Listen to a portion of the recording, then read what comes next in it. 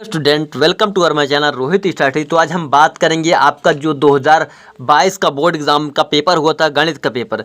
तो उस गणित का पेपर का पूरा हम सॉल्यूशन करवाने वाले हैं, ताकि आप बोर्ड एग्जाम यदि देने जाएं तो आपको इस कोई ना कोई क्वेश्चन आपको इसमें से जरूर बोर्ड एग्जाम में देखने को मिल जाएगा, क्योंकि पुराने साल के पेपर से ही रिपीट होता है। ये तो अभी करेंटली का है, देखिए मतलब अभी पिछली साल तो हुआ ये पेपर, तो इससे भी काफ़ी ज़्यादा क्वेश्चन रिपीट होते हैं। आपने देखा है कि बोर्ड एग्जाम क्वेश्चनों को रिपीट करता है, तो ये आपको मालूम है, क्योंकि बोर्ड एग्जाम में बहुत सारे क्वेश्चन बार बार आते हैं, रिपीट होते हैं। गणित में भी ऐसा होता है।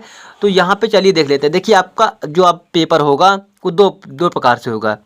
एक OMR बेस, जिसको आप बोलते हैं OMR क्वेश्चन सीट जो होती है, OMR सीट वाला वो बेस होगा। एक आप लिखित पेपर होगा, जिसे रिटन एग्जाम बोल सकते हैं।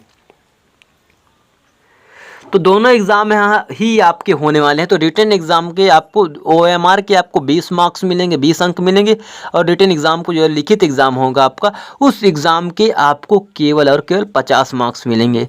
तो यहाँ पर केवल हम यहाँ पर देखिए, पहले तो आते थे आपके 20 वैकल्पी, अब आते थे मतलब अब आएंगे 20 वैकल्पी, पहले आते थे आपके 5 या 6 वैकल्पी। तो चलिए हम सारा कुछ यहाँ पे सॉल्यूशन बताते हैं। ये निर्देश कुछ होते हैं जो परीक्षा में देते वक्त आपको पढ़ना चाहिए, क्योंकि ये खुद ही बोर्ड एग्जाम का पेपर है। तो ये सारे निर्देश बिल्कुल सच्चे होंगे, साच्य होंगे। आप इसको पढ़ लीजिएगा। ये 70 अंक का ही आपका पूर्णांक होगा, वो तो चेंज नहीं होने वाला है। अब प्रारंभ के 15 मिनट आपको परीक्षार्थी को पढ़ने के लिए दिए जाते हैं। आपने हिंदी का पेपर दिया है तो आपको मालूम ही होगा कि यहाँ पर 15 मिनट तो इतने सिग्नेचर करवाते हैं बार बार। कहीं ये सिग्नेचर करो, कहीं यहाँ पे लिखो नाम, कहीं वहाँ पे करो, ये रोल नंबर भरो, वो रोल नंबर भरो। तो आपको 15 मिनट तो ऐसे ही चले जाते हैं। तो वो इसीलिए दिया जाता है 15 मिनट, ठीक। तो आप मान के चलिए कि आपको 3 घंटे ही आपको पेपर करना है, ठीक। स्पीड काफ़ी अच्छी रखनी चाहिए आपको, शुद्ध और अच्छी तरीके से लिखना है, ये आपको ध्यान में रखना है। तो चलिए आप प्रश्न नंबर पहले को देख लेते हैं। यहाँ पर आपका पहला प्रश्न क्या है, ये देखिए, यहाँ प्रखंड दिए गए, सभी प्रखंडों को हल करना। तो यहाँ पर आपको केवल और केवल 6 प्रश्न मिलेंगे बोर्ड एग्जाम में। तो ये पूछ क्या रहा है, 144 के अभाज्य गुणनखंडों के घात के योग लिखना है। कहने का अर्थ अभी समझ में नहीं आया, तो इनके गुणनखंड कर लेते हैं 144 के। तो ये आपका किस प्रकार होगा, 2 और यहाँ पे 7 दूना 14 और 7 दूना 14, 2 दूना 4, 2 36 दूना 72 होगा। फिर 2 से काटेंगे 18 आ जाएगा, फिर 2 से काटेंगे 9 आ जाएगा, 9 को काटेंगे 3 3, इस प्रकार काट लेंगे। देखिए ज़्यादा नहीं काटना, कि बिल्कुल अच्छी तरीके से दिखाना है। बोर्ड एग्जाम में आया ऐसे क्वेश्चन को तुरंत गुणनखंड करना। देखिए 36 आया, ये 44 आया, तो 44 किसका वर्ग होता है, 12, 12 गुणे 12, तो 2 3 और 2 3 और फिर 2 और 1 2 और बढ़ा देंगे, क्यों 4 3 12, 4 3 12 होता है कि नहीं। तो ये 12 लिखा, ये भी 12 लिखा, हो गया ना गुणनखंड। ऐसे करना गुणनखंड। अब क्या कह रहा है, इनके घातों का योग लिखना है रहा, इनके अभाज्य गुणनखंडों के घातों का योग। तो अभाज्य कौन संख्या है, ये संख्या अभाज्य है, इनकी घात कितनी हो जाएगी, 2 हो जाएगी। 3 गुणे 3 मतलब जितनी बार है उतने ही घात लग जाएगी। 1 2 3 4, 2 कितनी बार है, 4 बार, तो 4 घात लग गई। अब इन दोनों घातों का योग कितना हो जाएगा, 6 हो जाएगा ना। तो आपको वहाँ पर OMR बेस में आपका पेपर होगा, तो फर्स्ट सेकंड थर्ड, अब तो ABCD लिख के आएगा, और फर्स्ट सेकंड थर्ड भी लिख के आएगा, तो वैसे ही लिख के आएगा। तो ये क्वेश्चन नंबर का लिखा रहेगा, या तो 1 लिख के रहेगा, अब तो 1 लिख के आएगा। आपको इसको इस प्रकार काला कर देना, करिया कर देना, इसको पूरी तरीके से करिया कर देना है, बिल्कुल भी छोड़ना नहीं, करिया कर देना, ठीक। और जब भी एग्जामिनर आएगा इस प्रकार चेक करेगा, 1 अंक देगा। बहुत अच्छे अंक आएंगे, मैं आशा करता हूँ। और यहाँ पर आपका दूसरा प्रश्न क्या कह रहा है, द्विघात समीकरण, 2 घात समीकरण क्या लिखा हुआ है, ये देख लीजिए। x² - 4x का मूल है। देखिए मूल का मतलब ही होता है x और y का मान जो होता है, वो जो भी चर हो, आपका अचर चर राशि हो, उसका मान। तो x² बराबर x² - 4 बराबर 0 दिया है, तो x² बराबर प्लस का 4 हो जाएगा ना, पक्षांतर करने के बाद। अब इसी का जो वर्ग होता है वो अंडर रूट में चला जाता है पक्षांतर होने पर, मतलब उधर साइड पलटाने पर। अब जब भी कोई चीज़ अंडर रूट से बाहर निकल के आती है तो प्लस माइनस में आती है। और ये आपका क्या, 2 का वर्ग है, 2 का वर्गमूल मतलब 2 आएगी अंडर रूट से, मतलब 2 गुणे 2 आएगा कि नहीं, और 2 बाहर निकल आएगा, तो ये प्लस माइनस 2 आएगा। सिर्फ केवल और केवल 2 नहीं आएगा, ये क्या आएगा, प्लस माइनस 2 आएगा। तो ये आपका थर्ड ऑप्शन सही होगा। तो यदि इसी प्रकार दूसरा क्वेश्चन लिख के आएगा, फर्स्ट सेकंड और थर्ड लिखा रहेगा और यहाँ पे फोर्थ लिखा रहेगा, तो आपको थर्ड वाले को करियर कर देना है, 1 अंक मिल जाएगा। तो इस प्रकार ओएमआर शीट में करियर करना है। अब उसके बाद बात कर लेते हैं ये क्वेश्चन नंबर गा की। गा में क्या कह रहा है, बिंदुओं इतने इतने अच्छे से दूरी ज्ञात करना है। कौन अच्छे से, वाई अच्छे से। अब मैं आपको एक क्लियर करके बता दूं, क्योंकि ये क्वेश्चन गलत हो सकता है सभी छात्रों से। वाई अच्छे से दूरी ज्ञात करनी है, तो आपको करना क्या है, आपको ये बिंदु को दर्शाना है पहले। x बराबर -3 कहाँ पे होगा, देखिए x अक्ष ये y अक्ष, -3 कहाँ पे होगा, यहाँ पे। इधर साइड माइनस होता है, इधर साइड x अक्ष प्लस में होता है, ठीक। ये प्लस वाला है, ये x अक्ष का माइनस वाला अक्ष है, ये y का अक्ष का प्लस है, ये माइनस है। तो ये -3 आपका हो जाएगा कि नहीं। और y अक्ष क्या है, 5 है। तो चलिए देख लेते, 5 कहाँ पे आ गया, 1 2 3 4 5। और ये बिंदु यहाँ से यहाँ, यहाँ से यहाँ, यहाँ यहाँ यहाँ, इतना दूरी आ गया कि नहीं। यहाँ तक मेरी बात क्लियर हो रही। तो ये आपका जो 5 है, ये 5 हो जाएगा और -3, यही तो बिंदु होगा ना। y का मान 5, 1 2 3 4 5 और x का मान 1 2 3। अब ये कह रहा है ये जो बिंदु है ना, ये बिंदु, इसकी कितने कहाँ से दूरी, y अक्ष तो ये है ना, इससे दूरी क्या होगी। कभी भी गड़बड़ी से ये 5 मत कर देना कि y का मान ये पहले x का मान y का मान ये होता है। अरे दूरी तो 3 है ना, 1 2 3, 1 2 3, यही तो है ना 3 दूरी। ये -3 दूरी है, तो ये गड़बड़ी मत कर देना, ये -3 है, ठीक। दूरी क्या है, -3। और दूरी कभी ऋणात्मक होती नहीं, तो इनमें से कोई नहीं आपका जवाब हो जाएगा। क्या हो जाएगा, इनमें से कोई नहीं आपका IV नंबर होगा। दूरी कभी भी ऋणात्मक नहीं होती है, ये दूरी आपको प्लस में देनी चाहिए। तो चिन्ह जो है उल्टा विपरीत दिखा रहा होगा उसके वजह से। तो सपोज दैट इसको भी मान सकते हैं, इसको भी मान सकते हैं। देखिए एग्जामिनर के मूड से होगा, देखिए दूरी कभी भी ऋणात्मक नहीं होती है। आपको सिखाया भी गया होगा कि दूरी कभी ऋणात्मक नहीं होती है। तो ये एग्ज़ाम में या तो यही ऑप्शन सही होगा या तो ये ऑप्शन भी सही होने के काफ़ी ज़्यादा चांस हैं। और मुझे भी क्लियर नहीं हो पा रहा है, मुझे तो जो पता है मैं वो बता रहा हूँ और सैद्धांतिक रूप से ही बता रहा हूँ कि ये आपका ऑप्शन सही होगा। कौन सा ऑप्शन, इनमें से कोई नहीं, क्योंकि दूरी ऋणात्मक नहीं होती है। या तो वो बताना चाह रहा है कि चिन्ह के साथ ही लेकर चलनी है, तो चिन्ह से मतलब नहीं है हमारा, हमारी दूरी होनी चाहिए। दूरी तो आपकी 3 होगी, ठीक, -3 नहीं होगी। तो ये आपकी बात क्लियर हो गई मेरी यहाँ पर। अब उसके बाद बात कर लेते घा नंबर।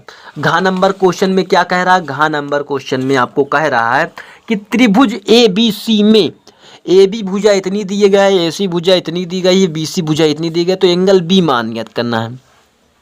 अब आपने एक पाइथागोरस थ्योरम पढ़ी होगी। देखिए हम इसका कोई भी एंगल नहीं ज्ञात कर सकते, ये आपको मालूम होना चाहिए। हम इसका कभी भी भुजाएं दी हुई उसका कोण नहीं मालूम कर सकते, नहीं मालूम कर सकते, नहीं मालूम कर सकते, जब तक वो 90 डिग्री नहीं होगा। 90 डिग्री होगा तो तुरंत मालूम कर लेंगे, 90 डिग्री नहीं होगा तो हम नहीं ज्ञात कर सकते। तो ये 90 डिग्री ही आएगा आपका, इसको पाइथागोरस प्रमेय में रख देनी है। इन सब में बड़ी संख्या कौन सी है, यह बड़ी है, ये बड़ी है या ये बड़ी है। तो मैं बता दूं यहाँ पर आपको कौन सी संख्या बड़ी है, तो 12 बड़ी है। सबसे बड़ी संख्या क्या है, 12 है। दूसरे नंबर पे ये, तीसरे नंबर पे ये। तो जो बड़ी भुजा होती है वो पाइथागोरस, आपने पढ़ा ना, पाइथागोरस प्रमेय, वो कहता है कि बड़ी भुजा का वर्ग अन्य दो भुजाओं के वर्ग के बराबर होता है, वर्ग के योग के बराबर होता है। तो बड़ी भुजा आपकी 12 है, तो 12 का वर्ग क्या हो जाएगा, 144 और 36 गुणे 3। देख लेता हूँ कौन बड़ी है।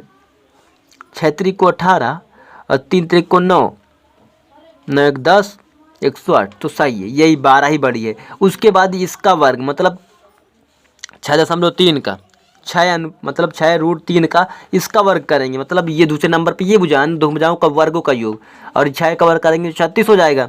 अब इसका वर्ग करेंगे तो 36 हो जाएगा। 6 का वर्ग कितना होगा, 36, और 3 का वर्ग हो जाएगा 3, कि वर्ग अंडर रूट लगा ना, अंडर रूट से वर्ग कट जाएगा तो बचेगा। देखिए इसका वर्ग मतलब करेंगे तो 6 का वर्ग 36 हो जाएगा। अब इसका वर्ग करेंगे तो ये अंडर रूट से ये रूट कट जाएगा। अब इसका इसमें गुणा कर देंगे तो 118 आएगा। तो 118 लिख देना आपको, 108 लिख देना है, 108 आएगा। 144 बराबर, इनको दोनों को क्या कर देना, आपको ऐड कर लेना, चीटी मत आओ, यहाँ पे मेरे सारे स्टूडेंट को दिक्कत हो रही है। तो यहाँ पर क्योंकि बोर्ड एग्ज़ाम में बहुत ज़्यादा दिक्कत होती है और स्ट्रेस नहीं करना चाहिए। देखिए जो आपने पढ़ा वही आएगा, इतना तो मैं मान के चलूँगा। इनको जोड़ देंगे तो 144 आ जाएगा। तो यही तो आपको सिद्ध करना था। और ये तभी लगता जब 90 डिग्री का कोण होगा। बड़ी भुजाओं का वर्ग अन्य दो भुजाओं के वर्गों का योग के बराबर हो गया तो ये 90 डिग्री का कोण हो जाएगा। दूसरे ऑप्शन को करिया कर देना है। चलिए यहाँ पे क्वेश्चन को बात कर लेते हैं, ये क्वेश्चन की, जो कि आपका बहुत इंपॉर्टेंट क्वेश्चन हो सकता है।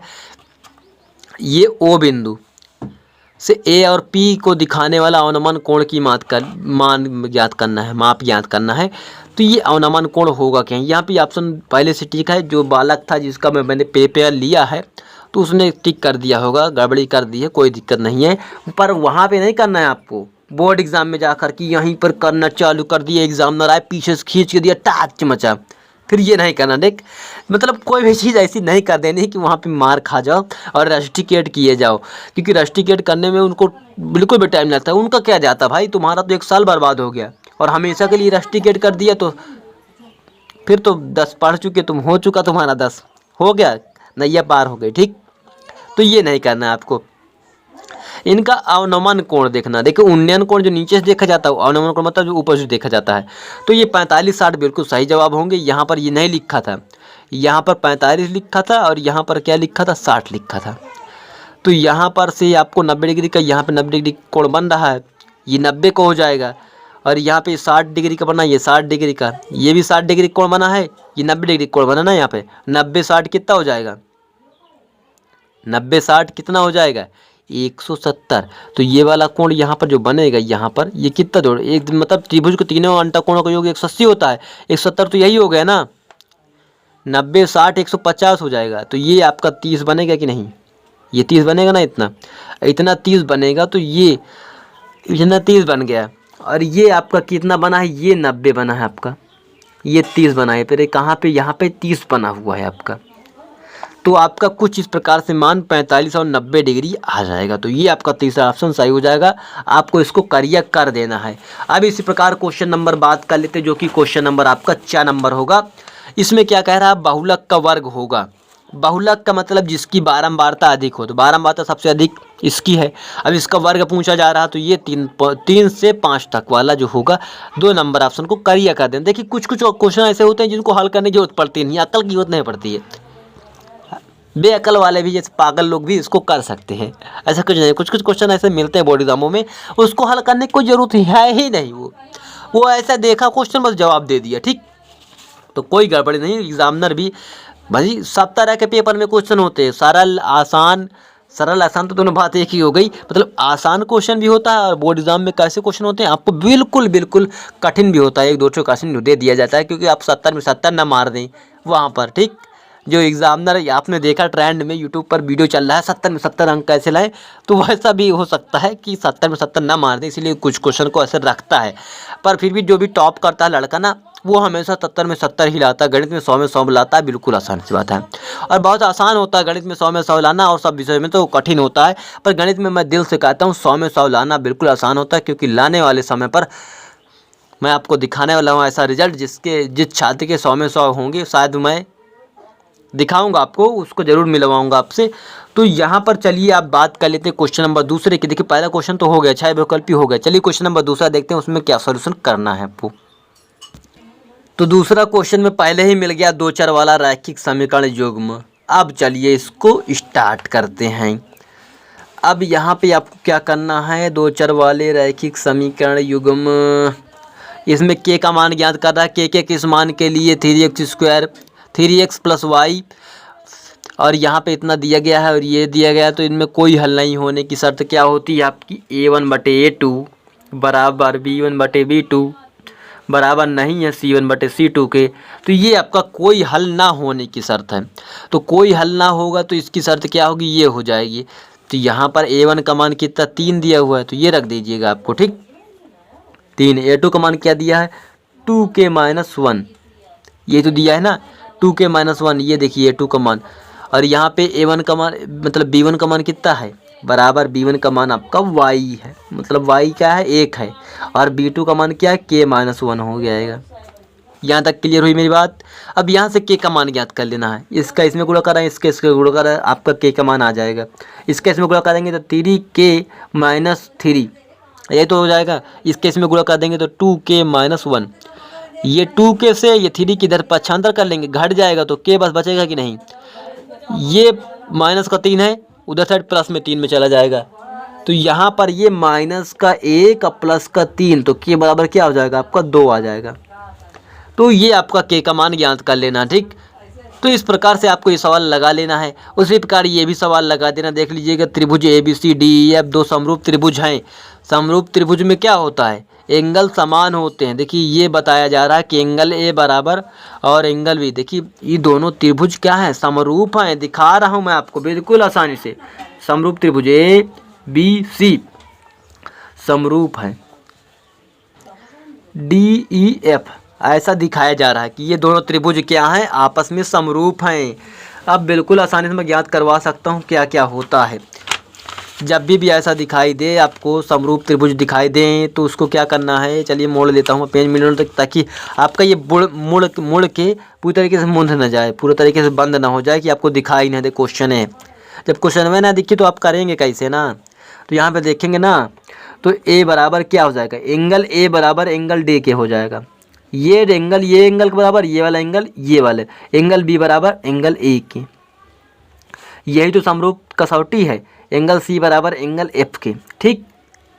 अब आपको क्या ज्ञात करना है, एंगल C ज्ञात कर लेना है यार, कितना आसान है। एंगल C के किसके बराबर होगा, एंगल C आपका किसके बराबर होगा, एंगल C आपका एंगल F के बराबर होगा। अब F तो एंगल दिया नहीं गया यहाँ पर, एंगल A का मान दिया गया तो एंगल E का मान दिया गया है। अरे बिल्कुल आसानी से ज्ञात हो जाएगा। देखिए एंगल A का मान दिया गया है ना, एंगल A का मान 57 डिग्री दिया गया है, तो एंगल D का मान भी आपका 57 होगा, ये आपको मालूम हो जाएगा, ठीक। क्लियर हुई बात। एंगल E का मान आपका 72 दिया गया है, एंगल E बराबर आपका कितने दिया, 75 डिग्री दिया गया है। तो एंगल E जब दिया गया तो एंगल B भी तो 75 होगा ना। अब आपको ज्ञात क्या करना है, एंगल C का। देखिए एंगल A का मान मालूम है आपको, एंगल B का मान मालूम है, तो C का मान नहीं याद कर लेंगे, क्योंकि इन तीनों कोणों का योग कितना होता है, 180 होता है ना। Angle A plus angle B और प्लस एंगल C बराबर 180 होगा, क्योंकि त्रिभुज के तीनों अंतः कोणों का योग 180 डिग्री होता है। अब ये एंगल A का मान 57 डिग्री रख देंगे, प्लस एंगल B का मान जो आपने देखा कि एंगल B का मान 75 डिग्री है, तो एंगल C का मान आपका ज्ञात हो जाएगा। कितना आसान क्वेश्चन था यार, तुम घबरा जाते हो थोड़ा भी क्वेश्चन देख लेते हो। एंगल C, इन दोनों को जोड़ दीजिए, जोड़ो, जोड़ के बताओ जल्दी से। 7 5 12 की 2 यार, 7 5 12, फिर 1 4 132 हो जाएगा ना। 132 से 180 से 132 घटाओ 132 कितना है, 168 आया क्या, नहीं इतना तो नहीं आ सकता, 168 158 आया ना शायद, देख लीजिए 58 बस आएगा। क्या आएगा, केवल और केवल आपका 58। देखिए जोड़ लेता हूँ मैं, फिर गड़बड़ी नहीं कर देना। इसमें 60 हो जाएगा, 60 30 90, अरे गड़बड़, 148 आएगा। ये सिर्फ केवल 48 डिग्री आएगा, ये घटा लेना, ठीक। कितना है, 132 से इतना घटा 48 डिग्री आपका एंगल C का मान आ जाएगा, और वहाँ पे लिख देना। अब टॉप और टॉप आपके कितने अंक मिल जाएंगे। अब साला इतना मेहनत करवा दिया और अंक 1 दिलवाएगा, मेहनत दुनिया भर की और अंक 1, ऐसा होता है यार। एग्ज़ाम में कुछ ऐसे ऐसे क्वेश्चन आ जाते हैं जिसमें बहुत टाइम ले लेता है। अब ये क्वेश्चन देखिए, इसको तो आप चुटकियों में हल कर सकते हैं। क्या करना है, आपने पढ़ा होगा, आपने ऐसे ऐसे क्वेश्चन को पढ़ा होगा, पर आपको दिमाग में नहीं आता है। करना क्या है, ये इसमें क्या करना, जब भी ऐसा क्वेश्चन देखे तो एक चीज़ को पक्षांतर बदल देना है, इसका दोनों को बदल देना, या तो अंश बदलिए या तो हार बदलिए। तो अंश को बदल लेना, cos 90 माइनस आप लिख सकते हैं 75 डिग्री। cos से 75 घटाने पर 15 ही तो प्राप्त होगा। आपने कुछ बदला क्या, नहीं बदला यार, आपने सिर्फ थोड़ा सा परिवर्तन कर दिया। अब यहाँ पे 15 घटा लेंगे 90 से, तो आपको इतना ही तो मालूम चलेगा, प्राप्त होगा। तो ये डिग्री आपको इस प्रकार लिख देना है, और बटे में कुछ नहीं बदलना, ठीक। क्योंकि इसको 1 के बराबर मतलब सिद्ध करना है, तो मैं इसको हल करवा रहा हूँ, कुछ भी तरह से आपको समझ में आना चाहिए, ठीक। अब यहाँ पे एक फार्मूला पढ़ा होगा, cos 90 माइनस थीटा बराबर होता है साइन थीटा। ये आपको किसी ने पढ़ा हुआ होगा, आल सिल्वर टी कप ASTP, पता नहीं कैसे बताया गया है कि चतुर्थांश में चढ़ा के ऐसे ऐसे करके, तो ये फार्मूला आपने सीखा होगा, सीखा तो रख दीजिए यहाँ पर। तो ये cos 90 माइनस थीटा बराबर होता है साइन थीटा। देखिए थीटा की जगह पर यहाँ 75 लिखा है, तो हाँ आप भी यहाँ पर थीटा की जगह 75 लिख देंगे ना, साइन 75। दस है कि नहीं थोड़ा बहुत यार। यहाँ पर भी इस थीटा की जगह पर क्या लिखा, 15 लिखा, तो यहाँ पे लिख देंगे साइन 15, क्योंकि ये बराबर साइन में हो जाता है ना।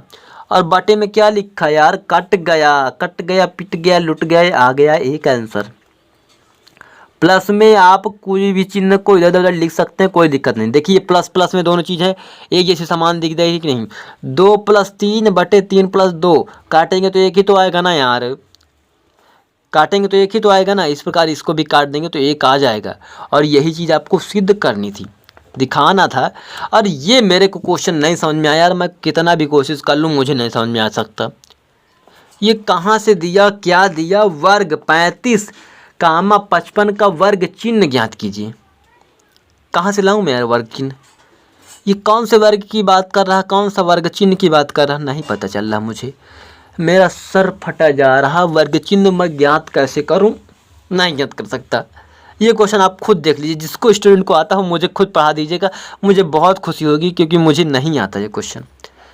ये गड़बड़ी कर दिया है कहीं से बोर्ड एग्ज़ाम ने, तो इसीलिए आपके अंक बढ़ाए गए थे। वो ये याद आया मुझे कि आपके एग्ज़ाम में आपके अंक जो है प्रत्येक विषय में बढ़े थे, वो इसी वजह से नहीं बढ़े थे क्योंकि उसने क्वेश्चन कुछ ऐसे दिए थे जो कि बोर्ड एग्ज़ाम में नहीं देना चाहिए था। क्यों नहीं देना चाहिए, क्योंकि बोर्ड एग्ज़ाम से वो हट चुका था, इसीलिए आपके अंक बढ़े गए हैं। ये देख लिए यूक्लिड विभाजन का प्रयोग करके पहला चैप्टर है, और HCF ज्ञात करना नहीं कर पाएंगे, कर लेंगे यार, मैं क्यों बताऊं इसको।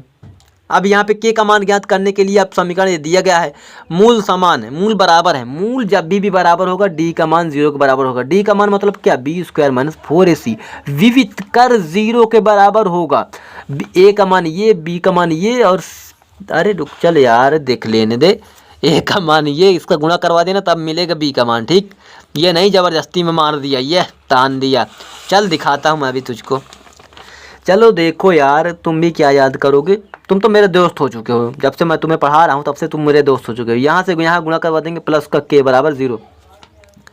अब मिलेगा आपको a का मान कितना मालूम चला, आपको b का मान मालूम चला कि माइनस का k है, a का मान आपका 2 है, c का मान आपका कितना k है। अब आपको व्युत्कर का मान ज्ञात करना, b², b का मतलब k², ठीक, माइनस का k का वर्ग -4a, a का मान कितना 2, c का मान कितना k बराबर 0। यही तो करना ना, व्युत्कर का मान 0 के बराबर हो जाता है जब मूल बराबर होते हैं। अब k का वर्ग करेंगे तो k² माइनस इसका वर्ग कर देंगे, नहीं इसका भी वर्ग कर दो ना यार, क्या दिक्कत कर, इसका गुणा करवा दो ना, 8k बराबर 0। अब कुछ लोग जो महान आत्मा वाले हैं, महान ज्ञान बुद्धिस्ट लोग हैं, वो क्या करेंगे, यहाँ पे द्विघात समीकरण याद करना है। चूतिया उकाब है, यहाँ पर देखो k² बराबर क्या 8k ऐसे रखेंगे। अब यहाँ पे से k² लगा, k² से ये काट देंगे तो k बराबर क्या आ जाएगा, 8 हुआ ना। तो यही तो चाहिए था आपको, तो k का मान आपको क्या मिला, 8 मिल गया ना, तो ये होगा। अब ये ना कर देना कि यार k², ये का मान लिया, गुणनखंड किया, ये सब ना करना यार, बहुत गलत करते हो तुम। चलो देख लेते हैं, 8 आ गया आपका। इस प्रकार ये भी दिया गया है। अब इसे ना कर पाइयो, ये लिखा क्या है, माध्यिका की लंबाई ज्ञात करनी है। फार्मूला आपने पढ़ा, मैं पहले से पढ़ा चुका हूँ फार्मूला इसके बारे में, कि ये त्रिभुज है, इसकी माध्यिका ज्ञात करने वाला क्या फार्मूला होता है, उस फार्मूला का यूज करके आप देख लीजिएगा। इसको फार्मूला बेसिक क्वेश्चन है, इसमें कोई दिक्कत नहीं। अब ये भी फार्मूला यदि आपको याद है, cos 60 डिग्री का, sec 30 डिग्री का, 45 डिग्री का, 90 डिग्री का, रख दीजिए यार, हल हो गया। 5 गुणे cos 60 डिग्री का मान 1/2 होता है, इसका वर्ग करेंगे तो 1/4 हो जाएगा, प्लस 4 गुणे sec 30 का मान, sec 30 यदि cos 30 का मान √3/2 तो 2/√3, इसका वर्ग करेंगे तो कितना आ जाएगा, 3 4, ये 4/3 हो जाएगा कि नहीं, √ कैंसिल हो गया। अब tan 45 का मान 1 हो जाएगा ना। और यहाँ पे cos 90 डिग्री का मतलब जो sin 90 डिग्री का मान कितना था, वो sin 90 डिग्री मतलब पूछ रहा हूँ मैं आपसे, cos 90 डिग्री का मान कितना था, cos 90 में 0 था ना यार। देख लेता हूँ मैं फिर एक बार, सोच लेते हो, अरे जाने दे 0 1 0 सही है, ये 0 ही आएगा, ये 0 ही आएगा, इसका मान 0 था। तो ये आपका 3 था। देखिए इसका इसमें गुणा कर देंगे तो 5/4, ठीक, इसका इसमें गुणा कर देंगे तो 4 चौक 16/3, और यहाँ पे माइनस का 1, सबका लासा ले डालो, कढ़ील दो पूरा ले लो, लासा ले लो, 12 आया। इसके में भाग देंगे कितने बार जाएगा, 3 बार ना, 4 तिया 12, 3 का इसमें गुणा कर 15 प्लस इसके में भाग देंगे 4 बार जाएगा, 4 का इसमें 16 चौक 64 माइनस इसके से भाग देंगे 12 बार जाएगा, 12 का मतलब 12 ही रहेगा। 12 से 15 से 12 घटाएंगे 3 आएगा, 3 में अगर इसमें जोड़ देंगे तो 57 हो जाए, वो 67 हो जाएगा। तो 12/67, 67/12, अरे कुछ भी यार लिख देना तुम ऐसे, कोई दिक्कत नहीं होगी तुम्हें, ठीक। तो ये कर देना है आपको, इस प्रकार कर देना 67/12। अब इसके बाद आपको क्वेश्चन करने हैं, अगला क्वेश्चन जो कि आपको क्वेश्चन नंबर 4 होगा। तो इसमें क्या करना, देखिए आप परिमेय सिद्ध करना, ये क्वेश्चन आना ही आना है, इसमें कोई दो राय नहीं है, इसकी तो गारंटी है कि ये बोर्ड एग्जाम में आपको देखने को मिल जाएगा। चलिए अगला क्वेश्चन बात कर लेते हैं, ये क्वेश्चन नहीं देखते हैं हम, ये आना है परिमेय सिद्ध करना है। इसमें पहले मान लेंगे परिमेय, फिर ए बटे बी के बराबर मान लेंगे, फिर उसके बाद इसका वर्ग करेंगे दोनों पक्षों को, बाद फिर उसके बाद ये कहेंगे ये परिमेय है पर यार कुछ कहानी है, लिख देना है, इसमें तो हिंदी ही लिखना है आपको। 10 सेंटीमीटर वाले त्रिज्या वाले 6 सेंटीमीटर सकेंद्री वृत्त की त्रिज्या के बड़े से वृत्त के परिधि पर छोटा सा एक स्पर्शजा की रेखा और स्पर्शजा की लंबाई नापी। देखिए एक सकेंद्री वृत्त, एक तो आपका 6 सेंटीमीटर त्रिज्या वाला, मान लीजिए 6 सेंटीमीटर त्रिज्या, यही केंद्र लेकर, सकेंद्री मतलब यही केंद्र लेकर आपको 10 सेंटीमीटर वाला भी खींच लेना है, जो कि आपका ये हो जाएगा 10 सेंटीमीटर, ठीक। अब इस पर क्या करना, स्पर्श रेखा की क्या स्पर्श रेखा खींचनी है। तो स्पर्श रेखा यार ऐसे प्रकार काट वाट के स्पर्श रेखा यहाँ से निकाल के इसका स्पर्श रेखा कहाँ पर 10 सेंटीमीटर त्रिज्या वाला 6 सेंटीमीटर स्पर्श रेखा की स्पर्श रेखा यहाँ पर से गुजारनी है।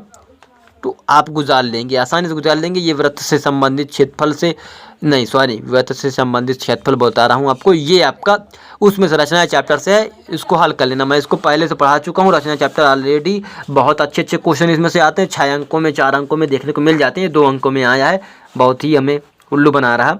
और यहाँ पर ये दिया।